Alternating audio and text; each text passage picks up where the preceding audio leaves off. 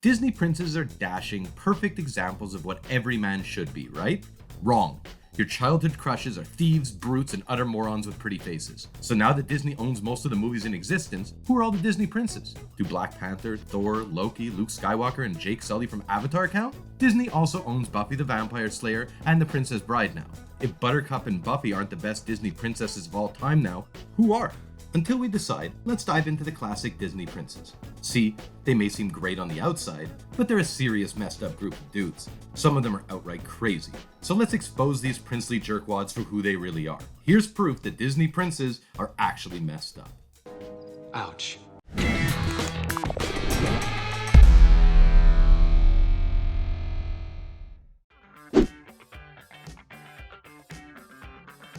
Flynn Rider is basically the Han Solo of the Disney prince world.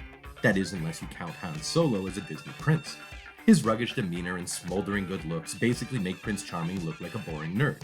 His cynical demeanor contrasted against Rapunzel's love for everything made for a very sweet romance. It's hard to imagine them having a perfect relationship though. You see, Rapunzel finds out that she's actually a princess. She stands to inherit the entire kingdom. That's a lot of responsibility on her shoulders. He spent his entire life as a rogue having swashbuckling adventures with no rules to hold him back.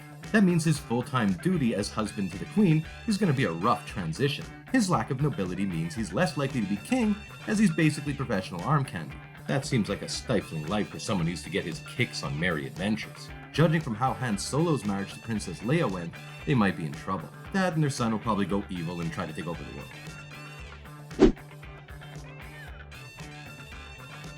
So technically Aladdin was also a thief. To be fair though, he seemed to steal more out of necessity than anything else.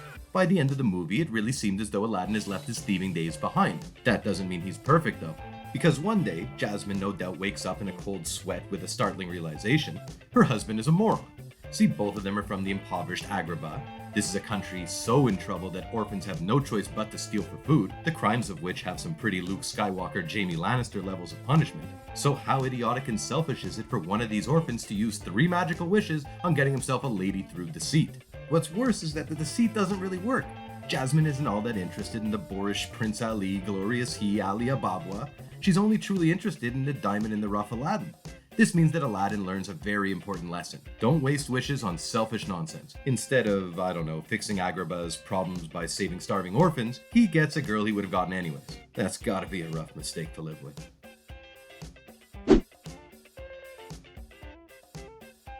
A lot has been said about how messed up the Beast-Belle relationship is. I mean, sure, he technically kidnapped her and has a horrible temper. Unlike most other Disney men though, he actually falls in love with Belle for who she is, not just what she looks like. The two spend a great deal of time bonding with one another. In the end, Beast seems to be a changed man altogether. It seems as though the aggressive, problematic monster he used to be disappeared as soon as he embraced love.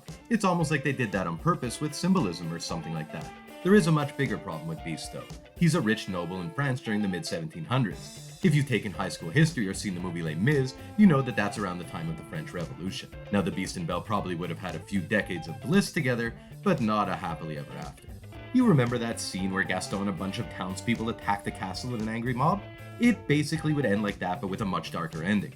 Still though, they probably had a few good years of snowball fights, dancing, and reading in the giant library.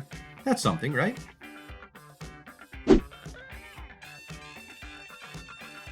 Prince Eric might be the most handsome Disney prince of all time. He basically looks like if Keanu Reeves and Don Draper had a baby that had Chris Pine's soulful blue eyes. He's also a really brave man of action and a romantic. All of this together basically makes him the ultimate man. The only problem though? He's a complete idiot. His life is saved by a beautiful mermaid with an amazing singing voice. He decides that this beautiful blue-eyed red-haired woman is his soulmate. When he meets the muted woman Ariel, he thinks she seems familiar. Somehow he doesn't recognize her. This doesn't seem to matter because he starts falling for her despite the fact that she's not his mystery love. It seems as though he'd forgotten about the whole soulmate thing pretty fast. That is, until he meets a woman who has the exact same singing voice. He dumps Ariel immediately for her. This is insulting for several reasons. Number 1, the woman is actually the super evil Ursula in disguise. Number 2, it's pretty rude to dump a mute girl for a woman who has a better voice. Number 3, fake Ursula has dark hair and dark eyes. She looks nothing like the woman who saved his life. What kind of idiot only marries someone because they sound sort of like the one chick who saved his life? Though let's be honest, Ariel thought a fork was a comb and gave up a lifetime of undersea adventures for a dude she didn't know. Neither are exactly geniuses.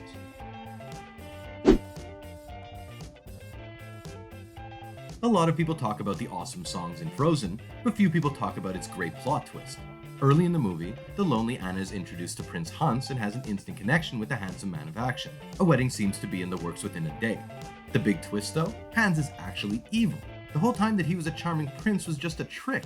This is a great twist on the standard Disney love story. It teaches girls that some boys seem like princes, but sometimes they aren't. It's pretty scary to think that Anna almost ended up with crazy Hans instead of lovable Kristoff. What's worse is that there isn't much punishment given to Hans for trying to take over a kingdom. That means he's free to try his handsome prince routine on another princess in another kingdom.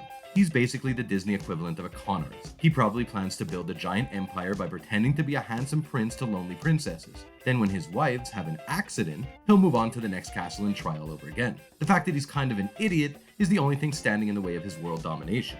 Luckily, Anna comes to her senses and gives Hans the boot.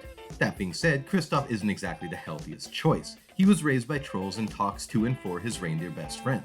That's going to be a tough one to explain at dinner parties. Cinderella is commonly referenced as among the most romantic movies of all time. The story of the dashing Prince Charming who sees past Cinderella's rough upbringing to the beauty underneath sounds pretty enough.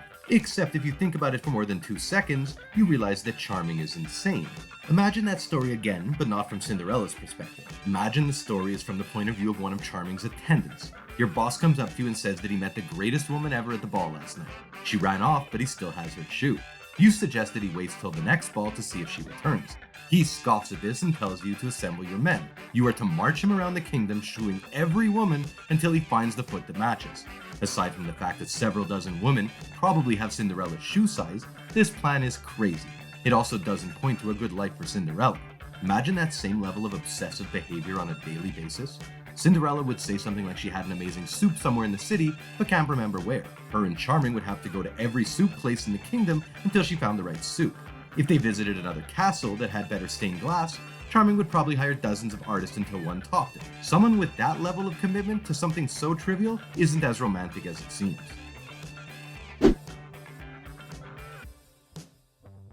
The Princess and the Frog represents the end of an era. It was the last Disney animated musical to not be computer generated. It featured the first African-American Disney princess Tiana as she slowly fell for the showboating Prince NAVEEN. At the end, the two seem to be happily married. They open a new restaurant together in New Orleans, and it seems like it's a big success. Well, I hope it stays that way because if it doesn't, they're gonna have some problems. The plot of most of the movie concerns the juxtaposition between the fun-loving NAVEEN and the hard-working Tiana. It seems like they even each other out pretty well. That doesn't mean it stays that way. NAVEEN lived his whole life without having to work hard. Tiana, on the other hand, spent her entire life saving every scrap of cash she could. So she's not going to be happy when NAVEEN blows $1,000 on a fun night with the boys. The biggest problem most couples deal with is money. Those couples don't feature a spoiled prince from Aldonia. NAVEEN was cut off from his family money due to his crazy antics. If he was spending so much that his rich parents couldn't take it, what is Tiana going to do? Once the novelty of having a restaurant that features a jazz-playing gator fades away, they might be in trouble.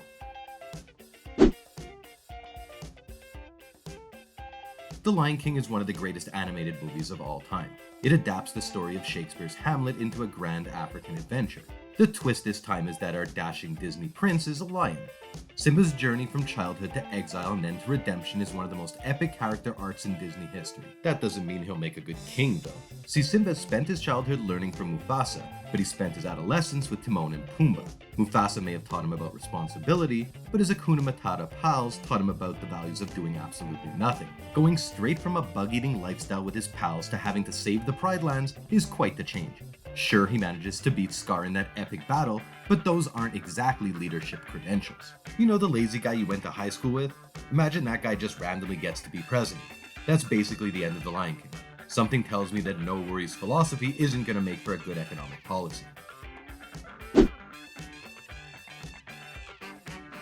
Meg in Hercules definitely falls into the Jessica Rabbit category of characters who are far too attractive for a kids movie. Perhaps the artists were trying to compensate for the fact that Hercules was built like a Saiyan on steroids. For the most part, the story of the worldly Meg falling for the naive Hercules is pretty sweet. Not to mention the fact that he literally fights through the underworld to save her even though she lied to him. It seems as though the two lead to a happy life as an ancient Greek power couple. They're basically the Kate Upton and Prince William of their day. The only problem is that Hercules has superpowers that he can't really control. This makes for a lot of good gags where Hercules accidentally breaks things. That's cute and endearing before you imagine how easy it would be for him to hug Meg and break her on accident. Being cute and stupid is great when you're a Labrador. It's not great when you're a superpowered god. Hercules is going to have to rush back to the underworld to go get Meg every time he so much as sneezes. They might as well build him an express tunnel. He'll be down there every other weekend.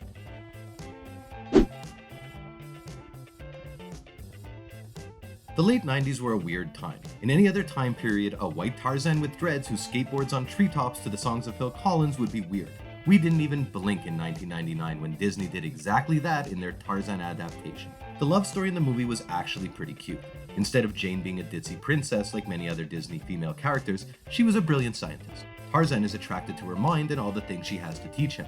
Meanwhile, she learns more about enjoying life in the jungle from Tarzan. This seems really sweet until you think about what their life's gonna be like. Jane is a really conservative English lady. She might think of life in the jungle as an adventure at first, but eventually it would get tiresome, especially considering the fact that her husband Tarzan has no social skills at all. The man was raised by apes. He has a completely different idea of bathroom etiquette, personal space, and hygiene. Tarzan has probably never bathed by human standards once in his life. Not to mention the fact that his oral hygiene is probably just as bad. Those dreadlocks might seem like a cool hairstyle until you realize that they probably got that way due to how gross his hair is. We won't even talk about the flea and tick situation. The romance has pretty well died, right? One thing that is interesting though, does Jane learn how to speak to the apes? If she does, then she will have proven that the apes have their own language. This would be the greatest scientific discovery ever. Would she just be content to be the queen of the jungle with Tarzan instead of sharing that with the world? It doesn't seem like a good trade. So there you have it. Proof that Disney princes are actually messed up. Are there any crazy princes we missed? Let us know in the comments and don't forget to like and subscribe for more from The Binger.